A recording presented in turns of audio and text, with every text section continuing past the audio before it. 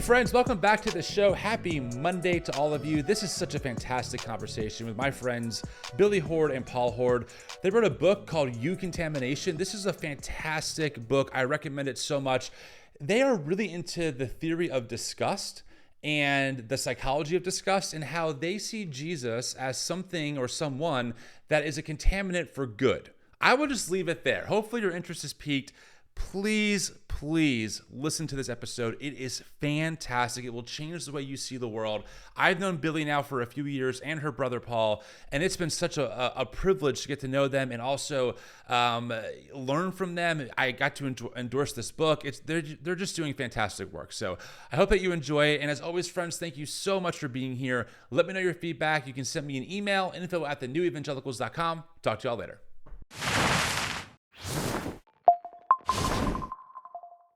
All right, friends, welcome in. This is going to be a great conversation.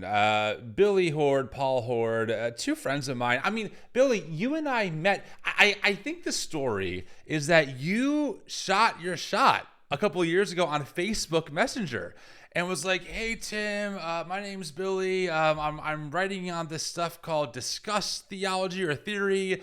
And I was like, okay, like this sounds interesting. And I had you on the podcast, and honestly, I didn't know you at all. I had no clue what I was in for. And I was like, and Paul, I think you were there too. Were you there on the first one? Yeah. I think it was on the first one, yeah. So both of you were there, and you both just blew my mind and gave me another paradigm of how I understood and started seeing the world. And since then, we've kept in touch. We've hung out several times, beer camp, the QCF conference, which is also amazing. And it's just good to have both of you back on the show again. So thanks for making time. Oh, so glad to be here. And yep, that's how I remember it too. Yeah. I was thinking about it, I was like, we had this thing, like we wrote this academic paper and we were very excited about our new concept. And like, it was getting some some positive stuff in like the very academic world. And we realized like, nobody reads academic papers. I mean, academics read academic papers and otherwise nobody does. We're like, okay, so how do we actually who do we find to actually talk about this? And yeah, you were one of the first people we reached out to, the first one to have us on a show. So yeah, all the gratitude. No, for sure. Why don't you both go ahead and just briefly introduce yourself for our audience? Obviously, it's been a couple months and we always have new people kind of coming in here. Billie, let's start with you. Sure. So my name is Billie Hoard. I am officially now the co-author of Eucontamination. It's fun adding that to my byline now. I know, right? So with my brother who's here. I am a trans woman. I'm a lesbian. I'm a high school teacher. So, the right loves me. They love you. Yes. They do. I'm everybody's favorite. I'm a theologian, a pastor's wife. I live in Baltimore. I got some kids. They're amazing. Yeah. Anabaptist radical. I try to keep that one in there too. Yes. Yeah, and I'm Paul. So I primarily go by Billie's little brother. That's kind of my big claim to fame is being related to Billie. No, I'm also a associate professor of counseling psychology. So I love the academic world and kind of exist there. But mental health counselor, psychoanalytic psychotherapist. And so in Billie and my partnership on this, I tend to bring more of the psychology, psychoanalytic side, and Billie leans a little bit heavier on the theology side. And that's where we go. But otherwise, yeah, married. I live out here in the Seattle area. So Billie and I like to straddle the country in that sense. Yeah, I love that. I love that for both of you. Look, I don't want to rehash our first ever podcast conversation. People can go listen to it. We'll go ahead and link it in the show notes. But there is a foundation we have to kind of set for the audience who might be tuning in for the first time. I want to get into this idea of disgust. Again, really a common concept, but the way you both talk about it, I think is uncommon. And also maybe a good way of saying it is that it's kind of apocalyptic, meaning it really has an unveiling or a revealing that you realize is kind of always there but never picked up on. So Billie, let's start with you on the theology side, because again, this book you wrote, Eucontamination, goes into all of this, but I want to kind of give this foundation for the rest of our conversation. How you talk about disgust and then this new term that both of you coined, Eucontamination. Absolutely. So, I think coming from the theology side of things, the entry on into thinking about disgust and what we call disgust theology is really going to be where people's foundation is probably going to be around purity culture, right? Mm-hmm. So purity is the sort of other side of disgust, right? So disgust is the mechanism we use to try to maintain the purity of the thing we think of as us, right? So when we talk about purity culture, when we talk theologically about sin and holiness, we have this tendency to, and the term we use in the book is that we over apply a metaphor of purity in the Bible to our kind of everyday lives and to our reading of Scripture. To the extent that we start applying the way disgust works as an emotion, as an affect, right? This is the stuff that Paul talks about, how that works as, psychologically. We start applying all of those rules and all of the logics of how disgust works to our reading of the Bible and to our understanding of sin and holiness, and how that should work, and even to our understanding of church and who can be allowed in church and who can't be allowed in church, and what it does to somebody to be sort of, I think tarred would be the word with, or stigmatized with this concept of being a sinner or of becoming impure. And that has led to horrible distortions, right? Like we would actually argue that that's what's at the root of a lot of the contemporary, especially sort of evangelical, and even like rad trad Catholic Church, leaning hard into this that us them distinction, coupled with the tendency to want to violently exclude the them. I mean, to make that disgust connection, right? When you see people just doing these over the top, desperate need to sort of perform violent expulsion of those that they see as other and as contaminating to their sense of a pure, righteous group, you're seeing this disgust logic in play, and you're seeing the damage that it causes. Yeah, it's really well said. When you and I first had this conversation, and you and I have since developed a friendship, so I feel like I can talk about this with you. But I admitted, like in the beginning of my journey, being transgender was something that was very foreign to me, and I wouldn't use the word disgusting, but it was just like it felt off, it felt wrong, it felt like it couldn't be around me, right? I didn't know why I felt that way. There's a whole host of those reasons, but it wasn't so much fear. I wasn't afraid of a trans person. I just found it weird or strange, or like it shouldn't be in my orbit. And I think this disgust theology you're talking about is a much better label that helps underpin so much of the hatred we're seeing now, aimed at especially our queer and in particular our trans neighbors, right? I think about the words of like Matt Walsh, and I'm not going to repeat them here, obviously people know them, Nancy Mace, etc. It's not fear. It's this sense of like they're repulsed. There's something that is that they find disgusting, and that's a much more visceral reaction, I feel like, than fear, because as we're going to talk about, disgust isn't inherently bad, right? It's the reason why we don't do things that maybe could hurt us when it comes to germs and things like that. But the way it's applied in very subtle ways and not really talked about as one of the major ingredients going on in this so-called culture war, I think is important. And Paul, I kind of want to hear from you on the psychological end, because I think you talk about, and you mentioned this in the book too, how disgust is a very biological reaction. It's like it's part of the lizard brain in a lot of ways. I want to hear you kind of talk about that from a psychological standpoint. Yeah, no, happy to. I think what's fascinating about disgust is that you experience disgust first, something that you get disgusted by something, and then you tell yourself a story about why that's disgusting. And I think this becomes really important. So when you kind of locate in the lizard brain, that's sort of like playing with different ways that we think about, anyway, the way the mind works and all of that. But one way is that like you have a physiological reaction, and even that the face of disgust, it's very visceral, right? It's that like, I'm going to throw up type of thing. Your body feels it. There's this, at the very basic idea, there's an energy that just courses through. And then your mind kicks in and tells a story to make sense of that. Oh, I must be feeling this way because of X, Y, or Z. And what's fascinating about this is that means what you think you're disgusted by actually says more about you than it does the object of disgust, is what we would call it. So this is where, like, the phrase "don't yuck my yum," right, comes from, because what I find yucky and what you find yummy actually might be the same thing. And so it's less about the inherent property of the thing that's disgusting to you as it is the fact that you are feeling disgust. Right. And this is because disgust is now, and this is where we start getting to kind of more of a psychoanalytic perspective. Disgust is more about your ego and that idea of who you think you are and how you think the world is supposed to work, than it is about a reflection of reality. And so when your world gets messed with, when something disturbs, like, that's not the way things are supposed to be. So if you're walking around with this like very clear like gender binary, for example, to use your example, and like transgenderism, is to say like, actually, so when I see a transgender individual, that disturbs my sense of like my security of myself as a cis person, because suddenly instead of my cisness just being quote unquote normal or given, oh, there's actually the possibility for much more fluidity and play and complexity in my relationship to gender, my relationship to my body. And that disturbs. It's not like threat scary, but it's a disturbance. And disgust is what we experience, is actually the term we use to talk about that, like that disturbance that messes with my sense of self. And then the move then is to say, oh, must be something wrong with that transgender person, as opposed to, this says something about me and my relationship to my cisness and my body and my sense of gender and my identity, actually.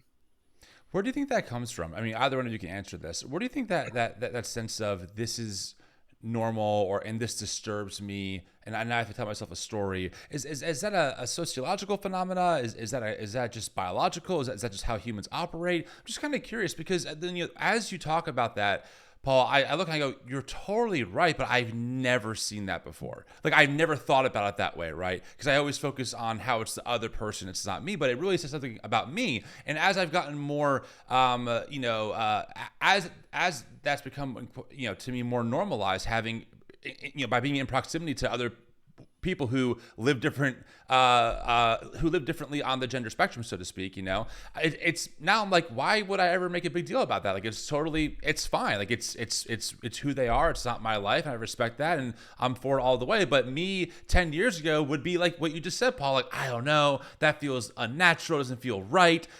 But so something must be wrong with them, not with me. Yeah, I'll explain it from my side. I think, Billie, I'm thinking of Serrano here as well, if you want to bring some of what she would say in there. But like one way that the brain sometimes gets theorized is to call it an expectation machine. Your brain is always trying to predict what's about to happen, so that you're expecting it.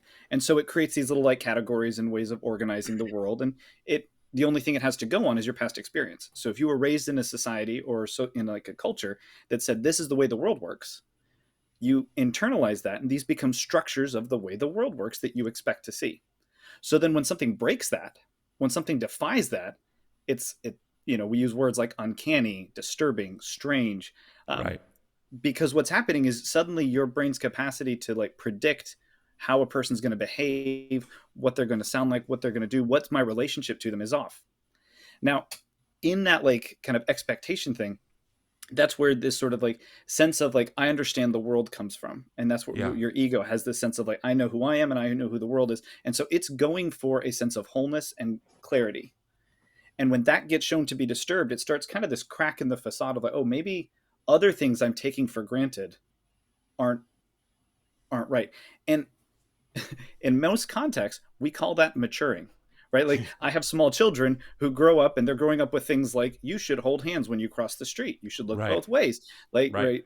That parents love each other, right? There's these things. And as they grow up, they're running into actually their marriages are more complicated than perhaps the one they're seeing. And that like streets, there's more complexity than just always go the crosswalk, right? Their world becomes more nuanced, more complex as these rigid rules that they're raised with show that they work maybe 90% of the time, but then they start falling apart in different contexts, and you start needing to have more, like I teach them we don't hit, and then they watch a boxing match and like, why are they hitting? And like, wait a minute, now violence has a very different So that's called maturing normally. And in fact, it's a really healthy thing to allow us to experience more complexity.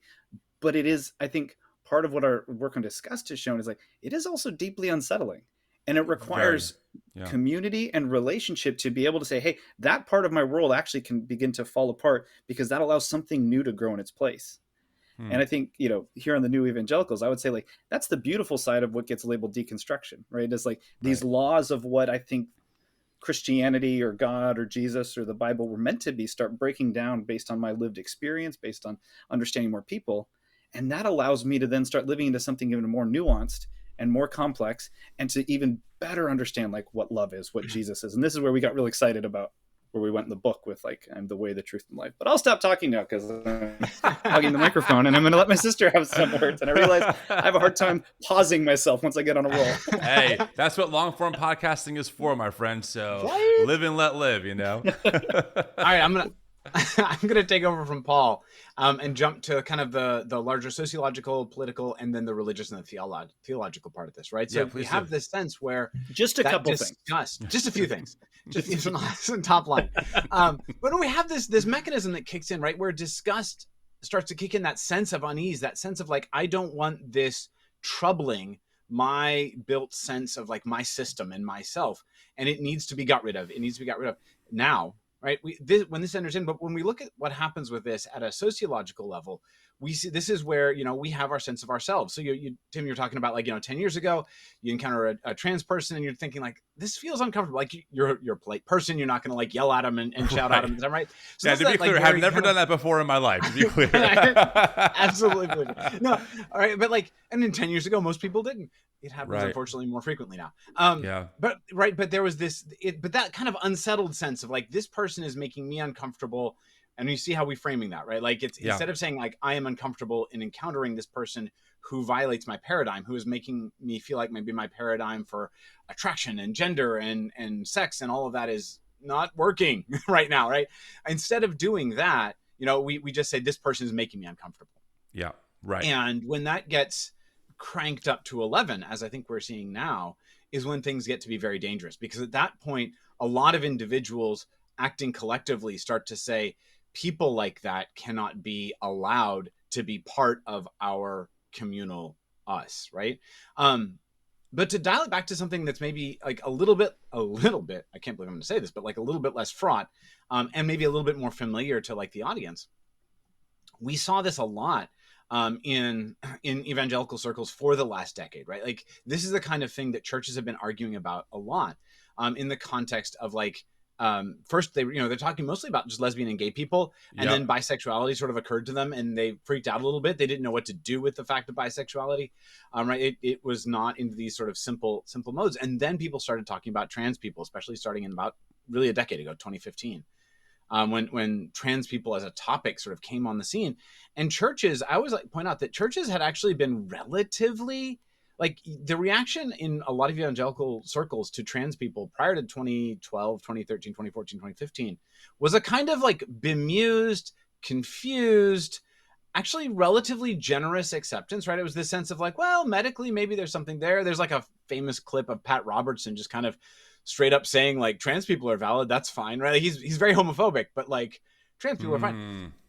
But once it became really settled, once it became an identity marker for evangelicals that they had to be anti-gay, well, the existence of a trans body confuses that, right? If a good evangelical preacher man experiences a trans woman and experiences a moment of attraction, was that gay? Right. Well, the answer to that is going to hinge on, is that a man or is that a woman that he is attracted to? And that's just troubling all of his paradigms. That is the sort of question that is going just to cause all kinds of angst and frustration. And what we've seen is that it leads to either, sort of social violence in the sense of like forcing that community out with a lot of force, or it leads to this kind of internalized and one-on-one cruelty and violence, but fundamentally exclusion. And all of that contrasts with Jesus, right? No, and this is the thing. This is what I want to come back to. All of this contrasts with Jesus. This is what really started us on this project, was the recognition, while we were being weird nerds and talking about disgust, that Jesus embodies this anti-disgust, that Jesus never acts as though he is threatened by people who don't fit the dominant paradigm, by people who are treated as contaminating by his society. He always acts as though actually his presence makes everything better, and he's not threatened by that. Yeah, why don't we go there for a few minutes? And by the way, I just want to say this is really helpful. Hopefully, as people are listening, they're starting to put pieces together of what is animating the hatred of some people groups, right, that we're seeing, whether it's immigrants, right, who are just kind of, from these places that are kind of gross and disgusting. They're kind of third world, so to speak, as some people would say, or it's their trans neighbor who they're bending the gender binary that they've been given, so something must be wrong with them instead of the person who thinks that way, right? And I think it's really helpful to understand the level of vitriol and hatred that we're seeing from right-wing media pundits aimed at people who probably trigger some kind of disgust reaction inside of them. And instead of those people being mature enough and self-aware enough to think about, well, okay, what's going on with me? They would rather just scapegoat the out group because it serves their power and it serves their sense of self and ego, right? That I have something to offer this audience, that those people over there are the problem. One example of this I think is worth pointing out. This might help explain why the sitting president of the United States, who has been found liable by a jury of his own peers for sexually assaulting a woman, so someone who statistically is actually a danger to women, right? That's even including his other comments that we found in 2016, the other allegations from women that he's a very that he's a sexual predator.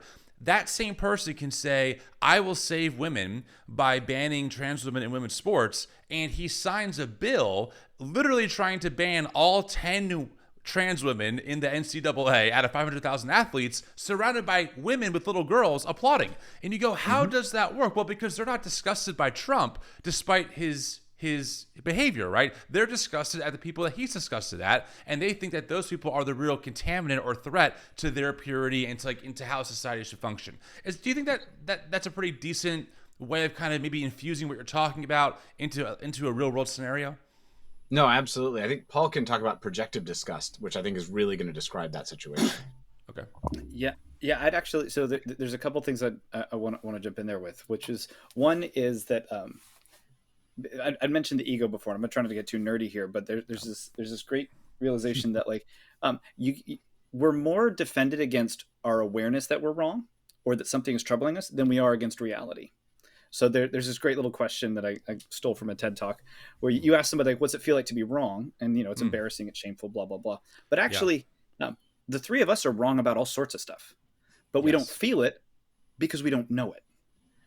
You won't feel your wrongness until you become aware. So we emotionally react to the awareness of being wrong. And so this relates to disgust because we will sacrifice reality. We'll sacrifice, like you're saying, the safety of actual women for the sake of protecting myself from finding out I was wrong.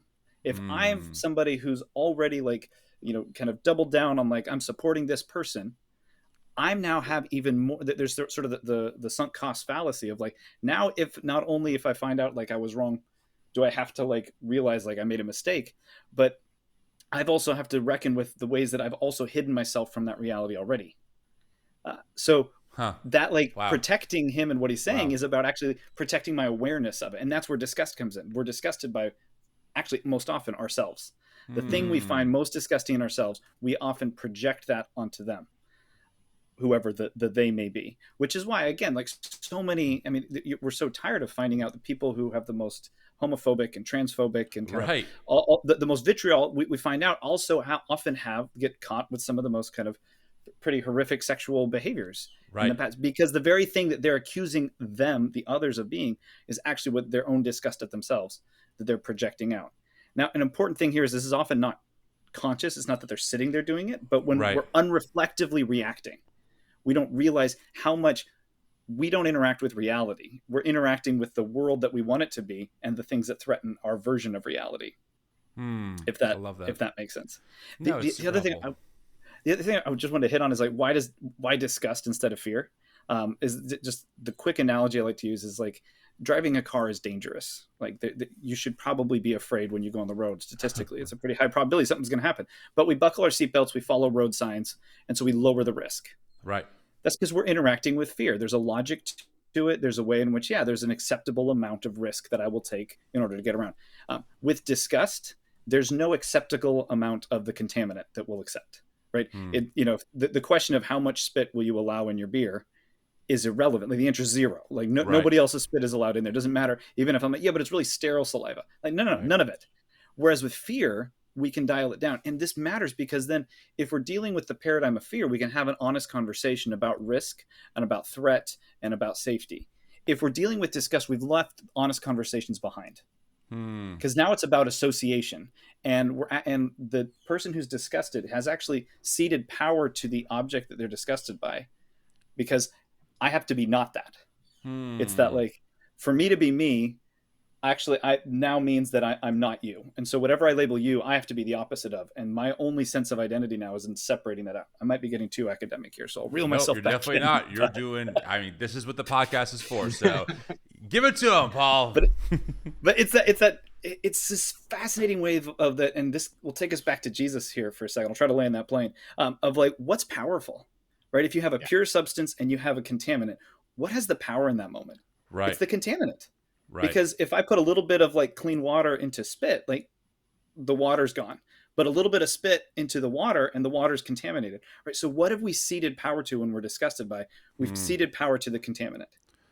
And so that means to keep something sterile, it has to be not dirty, has to be not contaminated, which means all of the agency is on the side of the contaminant. And this is where Jesus comes in, because Jesus says, you're right, that is the logic of the world, but I'm the contaminant. Instead of me and love needing to be kept separate, like what if actually like we are the thing that contaminates? And all it looks like Billy's gonna say something. So I want to jump in so bad. I'm chomping at the bit. Go for it. No, no, this is I'm gonna like pull my like I've been listening to the new Evangelicals for a wild card on this one. Because I think one of the best possible illustrations, like especially for your audience of this, is actually your own story. Like you were talking a little bit earlier on about like having this experience of like, you know, feeling a little bit like disconcerted, that kind of low key disgust around like trans people back, you know, 10 years ago, 12 years ago, whatever that time frame would be. And here's the thing, as Paul was saying, when we identify some group or some person as disgusting, we are saying that they have the power, right? And that they threaten our purity. Right. And I've talked a little bit already about how I see this as like, this is a problem. This is actually what drives a lot of like evangelical violence towards queer people is you called out very accurately, like this is what's driving a lot of, I think, our national violence towards immigrants and refugees and asylum seekers, right? Is that sense of like, they are, you know, you see a lot of the language, like they are a contaminant. They are a poison to the blood of this country, as our current president actually said, right? Like that's contamination language. So you see a lot of this and you see the danger it is. But when Paul and I started noticing that Jesus behaves as though actually he has the power in the situation, what we realize is he's not actually saying disgust reaction, disgust logic is all bad and invalid and inappropriate. Instead, he's saying the logic actually does sort of hold, but here's the thing. I am a good contaminant. I am the one who will follow those laws. I will contaminate the whole system. I am more powerful. Goodness is more powerful. Holiness is more powerful. Love is more powerful than hate. And therefore, I'm not threatened by the sin of somebody that I might be hanging out with, whether it's perceived or real, by the way. Right. Yes. I'm not threatened by that. In fact, anything broken or wrong or hurting in somebody else, that is threatened by the healing love that Jesus is bringing. This is the way Jesus operates. So to come back to your story, Tim, here's the thing that happens, right? If we imagined an evangelical looking at you today and talking about you to like their audience, as I'm sure has happened, right? One of the things they might say is that they might use you as a cautionary tale. They would say, look, because Tim's story, right, is that you, the chink in the armor, the thing that started you wondering about LGBT people and wondering about like the theology of exclusion was knowing a gay guy. Yep. Right. Yep. And then befriending a gay guy, and then learning to, you know, at the appropriate and social platonic level, love a gay person, right? In this that Christian context, right? Well, that means that that person and the experience of love and bringing empathy, love, compassion, humanization into that situation changed you, right? So I think for you and for most of your audience, probably, we would say that is a good thing. That is actually an example of, in the term that Paul and I use and what we put on our book, Eucontamination, good contamination, right? Like you were actually contaminated for the good by this friend who humanized himself to you, right? And you did the work of allowing that to transform, right? Instead of allowing disgust to be the driving motivator in your relationship to him, right? You had enough intimacy, enough friendship, enough space there to be able to say, okay, let this change the world. Let me look at what's happening in me. Let me look at how I have been taught, how I have thought, let me spend time and effort examining it and re-examining it so that I can make all of this start to make sense again, right? That's that maturity that Paul is talking about, right? You contaminated you.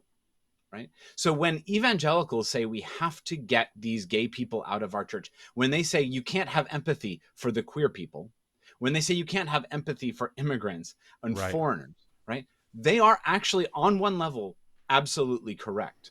Because if their audience, if their churchgoers take a moment to learn to have friendship, to actually let those people into their lives and let love actually live there, well, they probably will actually follow the same path that you've gone. They will actually have to rebuild their lives, and they will have to actually, they're going to end up affirming. Like this is the truth. Not because it's wrong, and not because they are contaminated in some kind of bad way, but because they are contaminated towards the kind of love that God has for everybody. Yeah. No, that's really powerful. Yeah, it makes a lot of sense. And you're right. I mean, we can absolutely use that language. Joey was his name. He contaminated me for good, because it was that proximity that was the beginning of like, oh, this person isn't anything like what I was told this person would be like, right? And from there, I guess you could say I contaminated some more people over time. Yeah. But it really was, that proximity piece was really important. And I think that one of the most effective tools that high control religion, in this context, white evangelicalism, employs is this very walled off, we will interpret the outside world for you. Don't trust anyone outside of this bubble, even academia, because they want to indoctrinate you. Trust our scholars, or our theologians, our apologists, and they'll interpret it, and then stay safe in this cocoon. That way you don't get contaminated. Because look at Tim Whitaker. He tried to go outside the cocoon, and now look at him. I mean, he's fully affirming. He embraces sin. He's a big woke liberal, right? But you can see how that narrative can take place. I also think it's interesting. You mentioned this, evangelicals keeping queer people out of their church, and it is interesting how the evangelical church does treat the queer community like a contaminant, and to the point where they'll even say, well, you can attend, you just can't serve, right? There are always layers of protection where the queer person can only go so far into the group, lest you become a problem, or lest we affirm sin, and then the purity of our church or our holiness is therefore contaminated. So let's talk about Jesus for a second. And the reason why I think I love both of your work the most out of everything, and there's so much to love about it, is because I love what you do with Jesus. I love subversive, ooh, that is really thought-provoking. That's a great experiment to think about.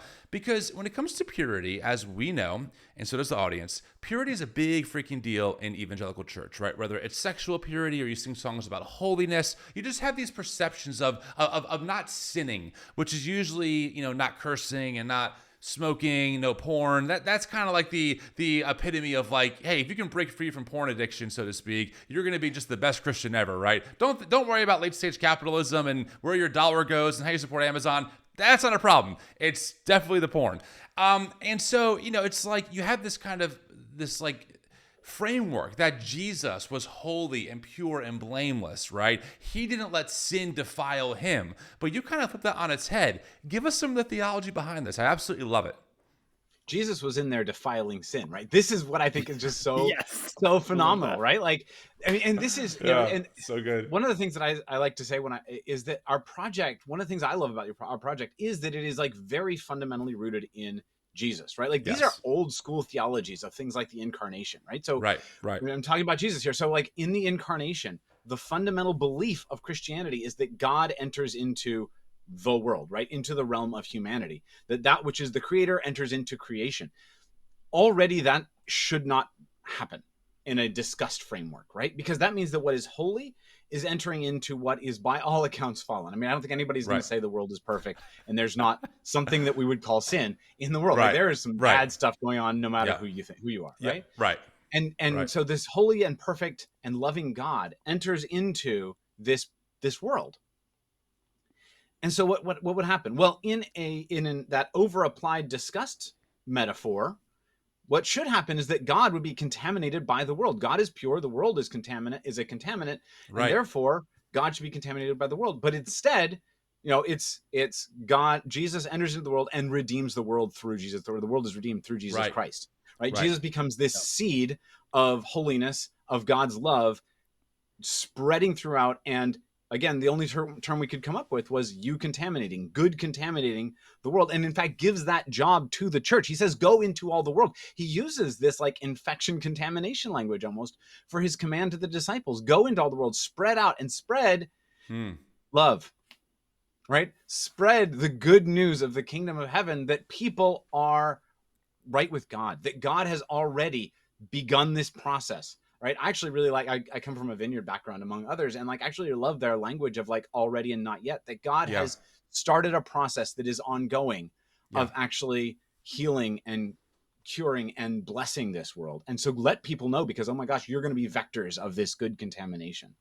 Right. And this is, and so I just love it. And the one of the lines that we pick up on and really love is from the Athanasian Creed, where it says that, you know, God entered into humanity that humanity might enter into God.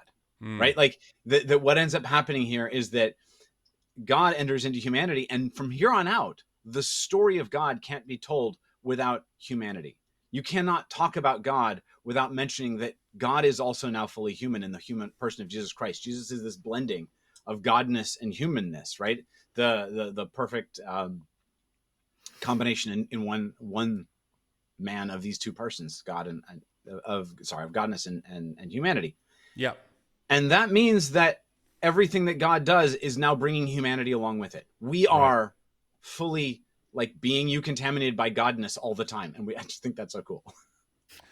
Well, because it is. I mean, when you put it in that kind of language, it's like, it's cool. And also it kind of like gives you a sense of boldness, right? Of like, hey, like I can encounter the other and not be worried that they're going to contaminate me, because, you know, a little bit goes a long way, right? Like, because look, as far as the new evangelicals go, and I know Billie and Paul, we're aligned on this, right? Like, we really hold to this idea, at a minimum, this metaphor of the idea of like partnering with God to just be loving and inclusive and kind of push the blessing of God outward to more and more people in the world, right? And that looks like all different things, all different ways, whether it's through social justice initiatives or whatever it could be. But I love that idea of like, you're right. Like I in my head, I kind of I don't know why I still see Jesus in a white robe. I don't know why, but he is in my mind. But I just see like this little white speck kind of, you know, going into this very dark void, and then just slowly kind of just spreading and spreading until the whole thing is lit up, right? You would think by our logic that little bit,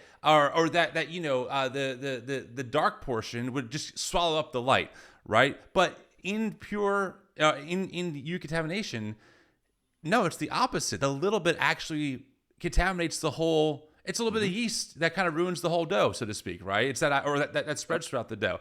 There's something very subversive in that. And I think it speaks to even the underside of empire. I think it speaks to just the way that we are called to always speak truth to power, right? It's be that contaminant wherever we go. Absolutely. I mean, this is straight out of John, right? Like light has entered into the darkness, and the darkness has not overcome it. And then Jesus comes in and says, don't be afraid, I've overcome the world, right? Like, so absolutely. Like the metaphor is perfect. Paul, you look like you were about to jump in there.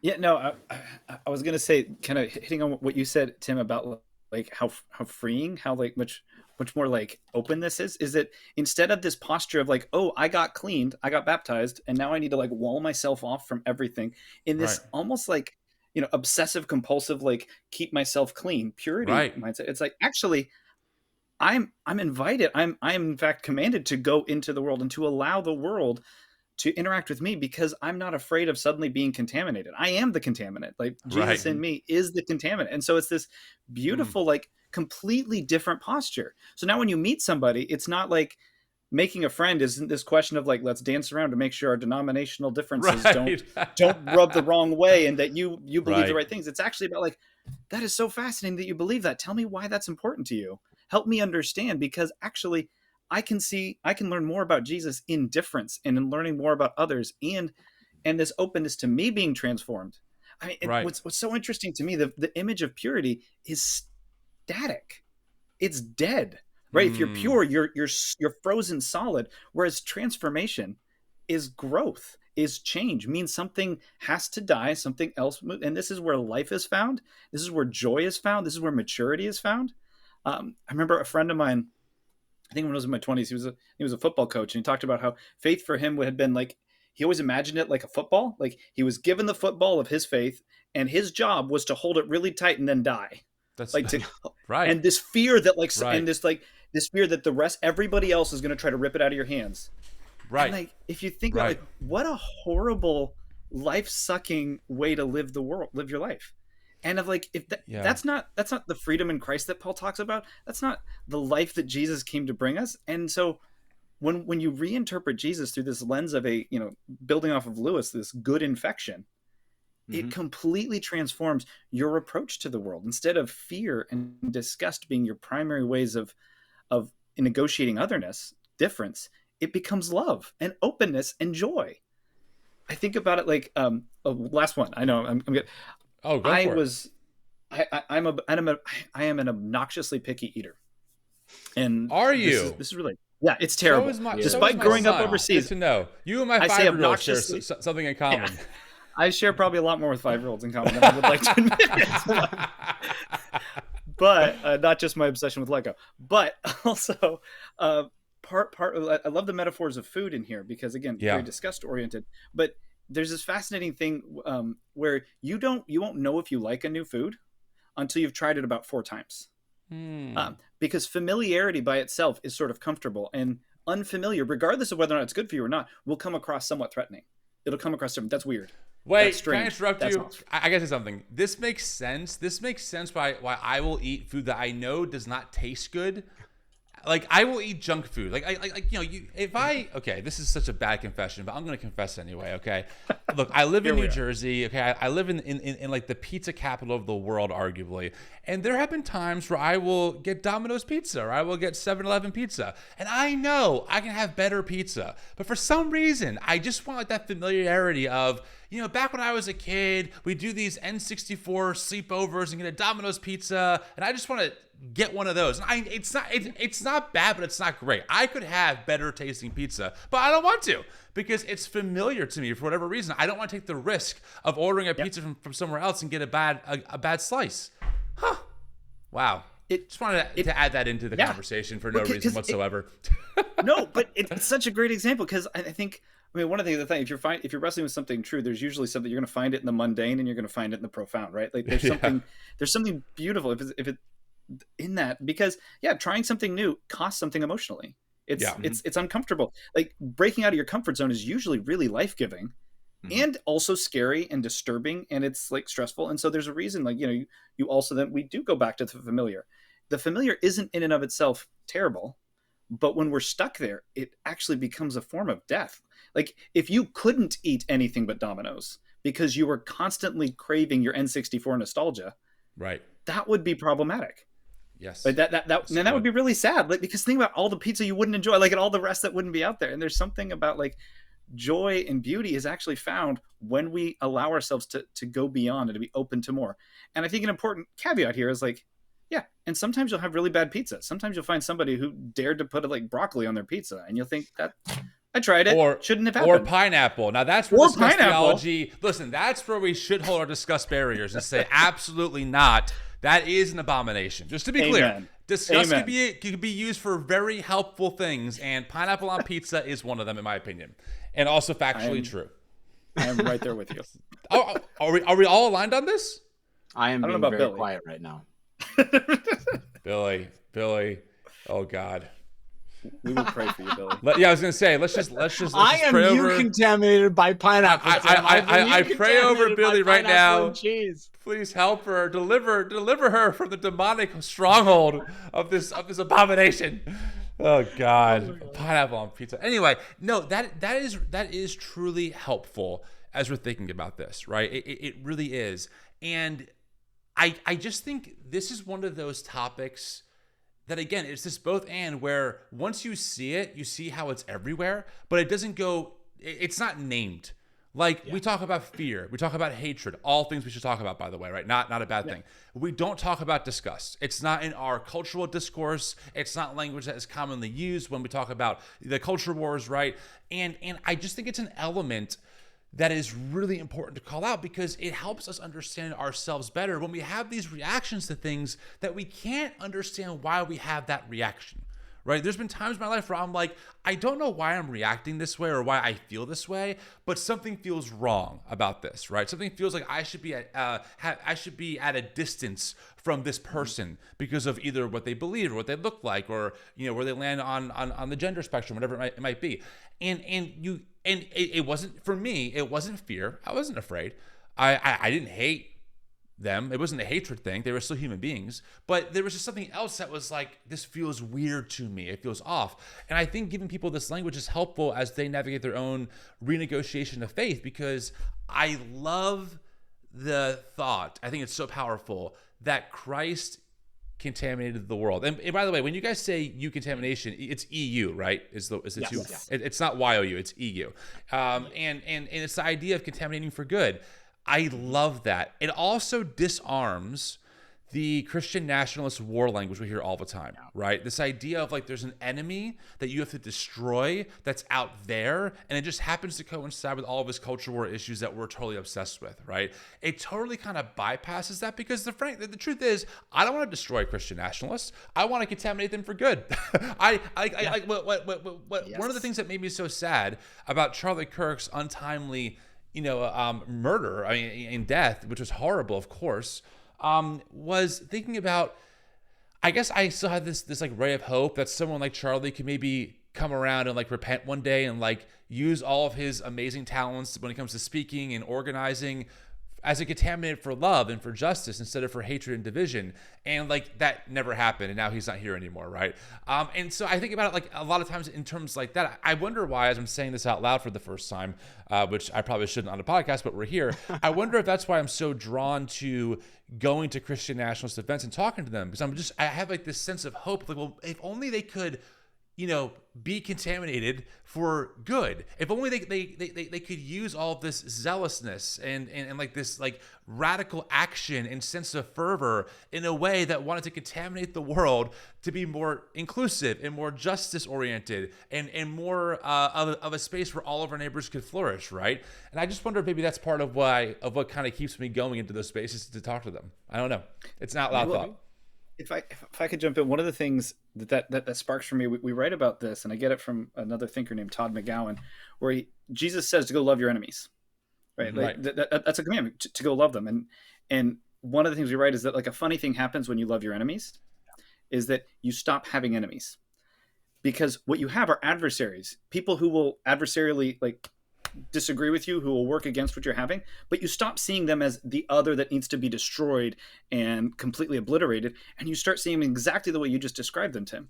They're people, and right. You want them to experience thriving instead of to be controlled by hate and by fear and disgust, because those are actually ways that we get like frozen, we get stuck, we get controlled, we don't get to live out our freedom and what it means to be fully human when you're living a life completely contained by fear and hate and disgust. Yes. And so that's it. The goal yes. of this, when they contaminate them, is not to pretend in this Pollyanna world that there aren't people who wish you harm, who are trying to cause real harm, who will hurt you. There are adversaries out there. There are people who will work to do horrible things. I think we're experiencing that. And so one of the things we try to be careful of is to not to like tell people to ignore boundaries. Right. But there's a real difference between recognizing the significance of a boundary out of wisdom and the significance of a boundary out of disgust. Right. Yeah. One justifies the boundary by saying, because the other person isn't even a human, they're filth. The other says, I'm going to try to protect myself. And in fact, in many ways, is a form of love to the other. I'm not going to enable your horrific actions of harming me and harming other people to the extent that I can, and holds out love because I want you to be transformed as well. I want you to experience the freedom that Christ has given me. I'll pause here because I think Billy has some things to say, but I think and then after that, I have a question for Billy too. Go for it, Tim. I was actually enjoying letting Paul cook, so I didn't have. Me too, Paul. Listen, here's some brutal feedback. You should talk more, not less. I mean, the stuff you say is so good. Like, I would not doubt yourself. If you were that bad, I would just edit you out half the time. Okay, that's fair. And you would never know. But I feel like at this point, I can tell you, like, Paul, just shut the hell up. But no, keep going. You say great stuff. Honestly, it's so helpful. Billy, I mean, I'm going to ask you a friend question if you're cool with it. Mm-hmm. I really have always kind of wondered this. You are a trans woman, which puts you in like literally 1.5% of the population, right? Identifies as trans, let alone a trans woman. And you are someone who is living, in a time where very powerful, strong, billionaire-backed forces are really putting a target on your back, and I mean that quite literally. How do you think about that enemy love piece that Paul just talked about with like the boundary versus, well, they're disgusting? Because frankly, I have a personal rule where I don't tell, in particular, minority groups and marginalized groups how to respond to Christian nationalism. Okay. I will tell white people what I think, how we should respond to it. But when it comes to the Black experience, the immigrant experience, I have my personal opinions, but it's just not for me to be directing how you should and shouldn't react. Right. And so I'm just kind of curious for you, how you think about the whole enemy thing, given that you are the person that is being targeted. I mean, you were targeted by libs of TikTok. I mean, you and I have talked about this before. We did a whole response video to libs of TikTok a while ago. So how do you think about this in the terms of Eucontamination? Thank you. No.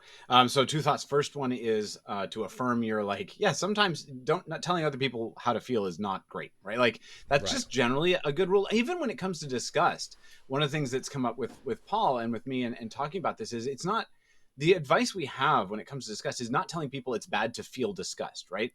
Right. Where you want to do some self-reflection is the degree to which you let disgust shape your actions moving forward. And there are ways to decrease your overall disgust reaction if that's a thing that you want to do. But like having disgust is not like a morally culpable thing. You just do. Like you just do experience it, right? So telling people they shouldn't feel a particular way is a fool's errand, and also it can get really problematic in ways that you described. So sort of that point one there. Point two, but how do I do this myself? First is those boundaries are different for me than they are for you and for Paul, because there are legitimately different safety concerns, right? Like I am on record as like thrilled that you go to these like nationalist and right-wing things. I would not go to those places because I do not, in my considered opinion, believe that I would be safe in those contexts, right? Partly because I understand disgust, and I know what happens when somebody feels disgust towards me, right? When I am experienced as a threat to the sanctity of one of those spaces, like that's right. So I am not physically safe to do it, and therefore I don't, right? Like that is not a space that I would go to. And I would celebrate you going there because I do want to see, like, I would actually lament that I don't get to go to those spaces, that it is not safe for me to go into those spaces. That's not to say that there isn't some trans person out there who might feel that like they have some sort of a calling from God that they need to do that, in which case, blessings on them. But I don't think I have that calling, right? Like I write, I put my words out into the world, and that is the way that, like, that is the extent of the way that I am working to have any kind of influence in those spaces. If they want to read what I write, that's great, because that is, that crosses a boundary that I have set up that respects my own safety, right, and my own security in this context, right? But again, that is a boundary that I set up on the basis of considered attention and reflection, and it is forever negotiable, right? Situations could change, new information can come in, and I might decide to sit down and say, now I think the mood has changed, things are different, and now maybe it is safer for me to do that. The other thing that I do, and this is just a very like kind of basic practical piece of advice, is I try to pay a lot of attention to when I can sense that conversations are happening in good faith versus when interactions are happening in bad faith. I do, because of a lot of the work we're doing and talking about, I do work to keep good faith representations of my adversaries in my life, right? Like, and I think about this in terms of like the ways that I curate my my social media feeds, right? Yeah. Like, and I do for my own like safety and my own sanity. There are things that I will block. There are things that I will mute. There are things like I just can't see that anymore. It's not healthy for me to keep doing that. I remember when I was being attacked by libs of TikTok, my therapist like practically begged me, and she was right. She said, look, find some friends who can monitor your social media, who can monitor what's being said about you, and will let you know if there's something you need to know for the sake of like urgency. Yeah. And then you need to look away, because this is not healthy for you to keep like looking at people wanting you to die. That's not healthy for you. You're just triggering yourself. You can't do anything about it. It's a horrible feeling. Absolutely. Yeah, that makes sense. Absolutely. And at the same time, I have worked hard. Like I graduated from a conservative Bible college. I have some very conservative Christian friends, and I have worked to hold on to those relationships as best I can. Several have walked away, but it was they walked away. And I'm not saying other people have to hold on to those relationships. Like, again, sometimes people can be, if somebody is being abusive to you in your relationship, I'm not saying hold on to it. right? But I'm saying where you can, where it is healthy, there is value in holding on to it because of everything that we're talking about vis-a-vis contamination. I hope that was a helpful answer. That was great. No, always really helpful. Listen, I mean, is there anything else that we're missing for this part of the conversation? Because I feel like we said so much and there's so much to chew on, but I don't want to miss anything that maybe you want to hit about the book or why, or maybe some favorite parts of the book that you want to talk about. But in my mind, I think we gave a pretty damn good overview of the book and also both of your work as well and why it's so powerful to think about this stuff.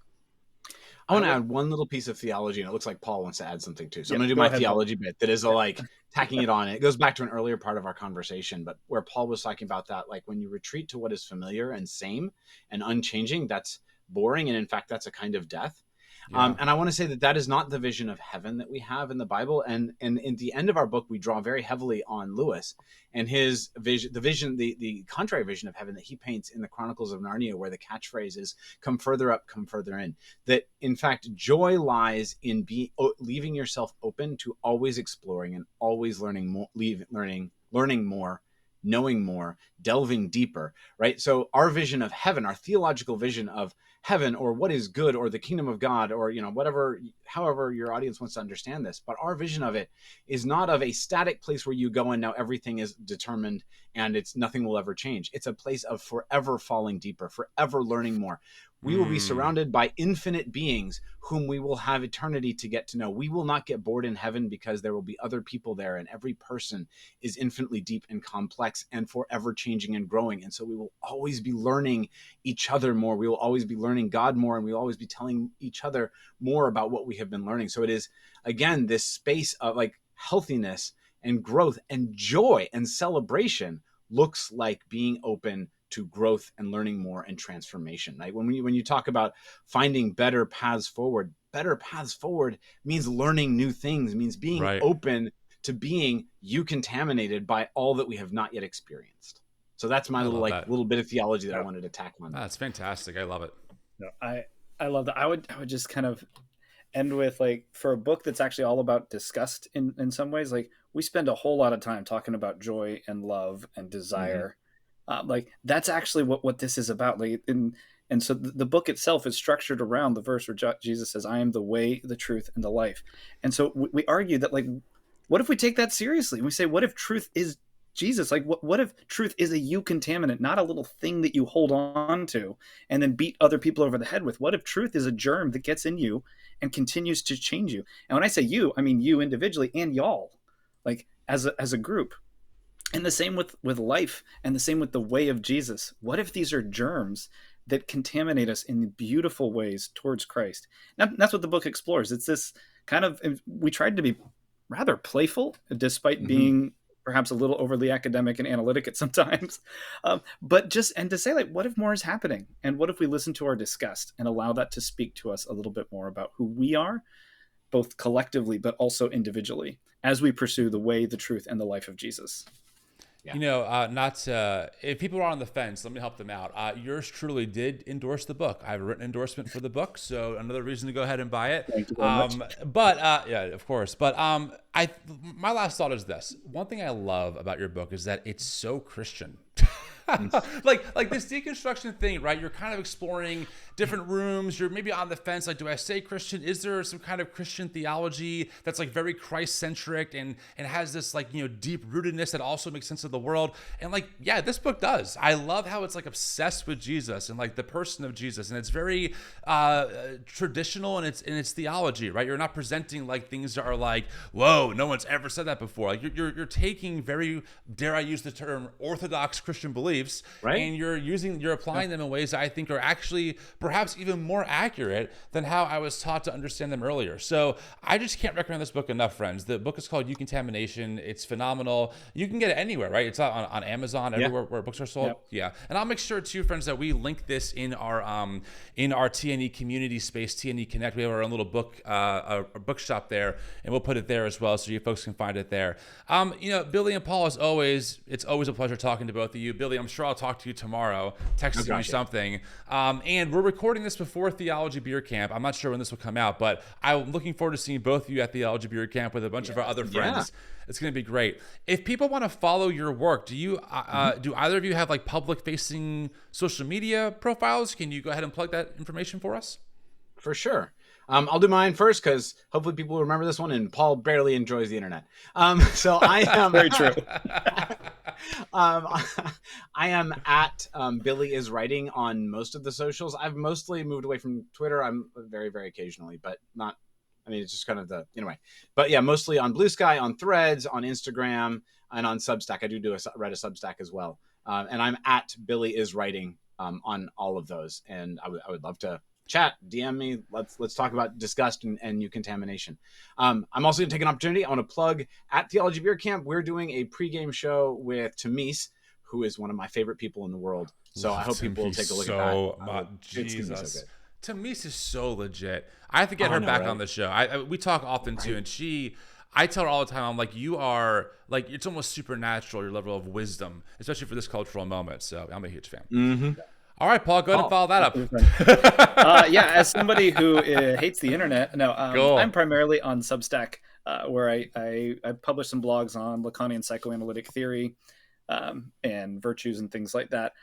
Also, yeah, I'm more of an academic, so I usually put my the papers I'm writing and things like that up there. But you can find me at Paul Hoard Substack. So. Love that. Honestly, Substack's been great. The new Evangelicals has a community Substack now, and it's a great place. I write there personally as well, so it's awesome. Well, listen, Billie and Paul, thank you so much for making time. It's always a pleasure. We'll do this again soon. Friends, don't forget, if you're looking for a better path forward, I recommend getting plugged into TNE Connect. It's a great free community space that's totally off of the meta grid and off of the algorithm. It's totally built in-house. We do Theology 101, conversation circles. We have unique spaces, regional group chats. It's a great way to get plugged in. It's totally free. It's TNE Connect. You can get it on Android or on Apple Play App Store, or you can get it on the web. You can just go to TNE Connect. Go to the newevangelicals.com/connect, and you can get it there as well. All right, we'll do this again soon, friends. Thanks so much. Absolutely. Take care. Thank you.